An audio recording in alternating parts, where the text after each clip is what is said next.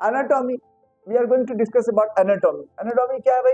Internal structure of the plant, internal structure, right, internal structure of plant. तो यहाँ पे हम टिश्यूज को पढ़ते हैं, राइट, टिश्यूज को। तो टिश्यूज क्या है भाई? तो टिश्यूज जो है ना, ये एग्रीगेशन ऑफ सेल्स। टिश्यूज क्या है? Aggregation of cells performing a particular function. Aggregation of cells, aggregations of cells having common origin, cells or having common origin and performing a particular function,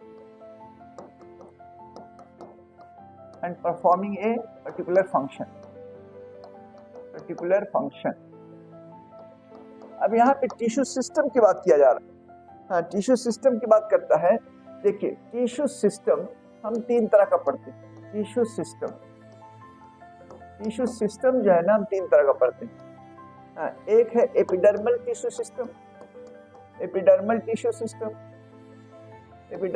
system कहेंगे। दूसरा है grown tissue system, जिसको fundamental tissue भी कहेंगे, fundamental tissue system भी कहेंगे, tissue system.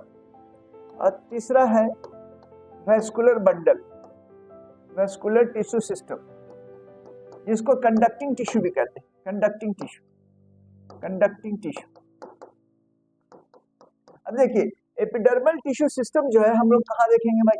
तो हम लोग इन सभी को हम लोग रूट में, स्टेम में, लीफ में, इस तरह से हम हर जगह देखने जा रहे हैं। इसको भी उसी तरह रूट, स्टेम, लीफ, इसे भी हम लोग कहाँ देखेंगे? Root, stem, leaves, right. जो है ना, रूट में कैसे होंगे भाई? तो रूट में जो है कहता है कि यही रूट हेयर्स बन जाते हैं।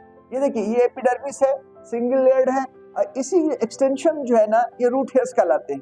ये वाटर और मिनरल एब्जॉर्प्शन के लिए रिस्पॉन्सिबल है, वाटर और मिनरल के लिए रूट हेयर्स। तो ये क्या है? एपिडर्मल ग्रोथ है। हाँ, सिंगल लेयर्ड सेल्स हैं। स्टेम में जो है ना, स्टेम हेयर्स पाए जाते हैं, sometimes stem hairs, and they are called as trichome. Trichome जो है ना, मल्टी सेलुलर स्ट्रक्चर होता है, ठीक है। ब्रांच या अनब्रांच हो सकता है, सॉफ्ट या स्टिल फ्री हो सकता है, समटाइम्स सेक्रेटरी होते हैं, ठीक है। And anti transparent, means water loss को, ट्रांसपिरेशन लॉस को रोकता है। लीफ में गार्ड सेल और सब्सिडी सेल होते हैं। Thank you.